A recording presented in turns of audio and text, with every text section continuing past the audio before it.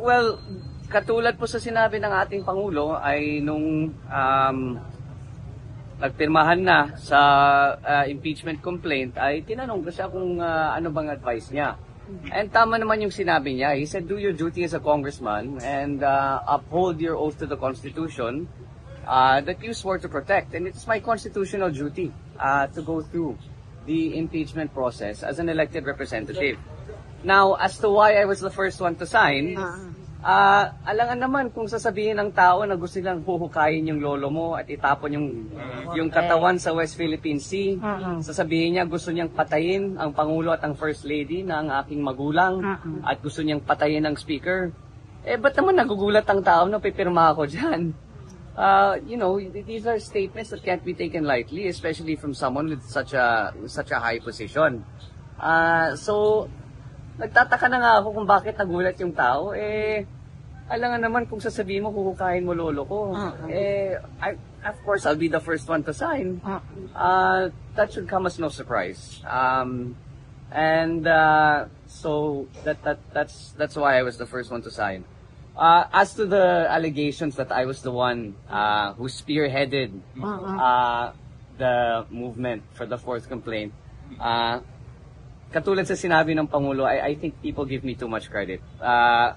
I was given the opportunity to sign, and I did sign, but I did not spearhead any movement, or I did not try to convince anyone to sign. I think they did that on their own volition.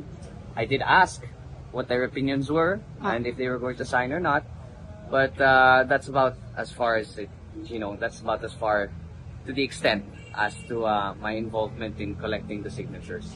Overwhelming yung numbers po, sir. More than the required numbers. Yes. Well, the required was 1/3. Umabot ng 215. As of today, I heard nasa 245 na tayo. May mga humabol. Well, they signified their intention, yung mga wala sa bansa, mga may sakit. So 215 was within the complaint, but in terms of, just to set the record straight, in terms of putting it on record, I believe there was an additional 30 that wanted to signify their intent.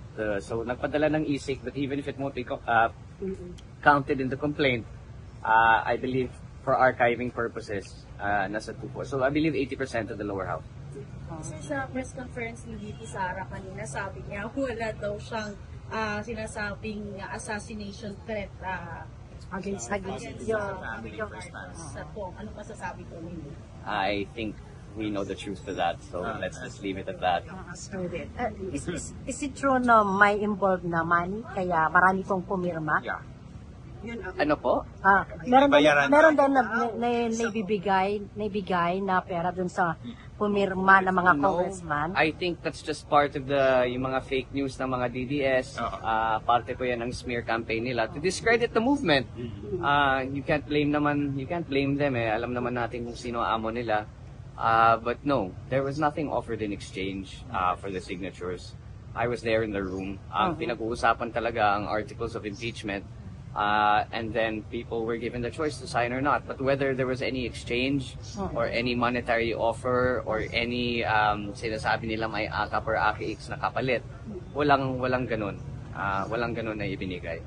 Yung Senado, sir, parang medyo reluctant sa complaint as of today. I'm sorry? Medyo hindi nila binibigyan pansin yung impeachment. Well, that's their choice. Kung binabaliwala nila ang opinion ng 245 ng mambabatas at ang mga iba't ibang grupo na sa tingin nila kailangan may impeach ang VP, that's their choice. If they don't want to give it importance, then let them not give it importance. But given the numbers, to us, it's important. How about in the Senate, sir? June na nila itatackle? Well, there is. I believe you heard the statement of the SP that said the impeachment court cannot proceed until there is session. There are other lawyers who say that because the impeachment court is independent of the legislative body, it can proceed as soon as possible. There are differing opinions to that. Pero I don't want to comment on the Senate because, interparliamentary courtesy. So, I think we'll have to wait for the actions of the upper chamber, the upper house, to see what their plans are. But at least naman kami sa House of Representatives ay tapos na kami sa aming trabaho.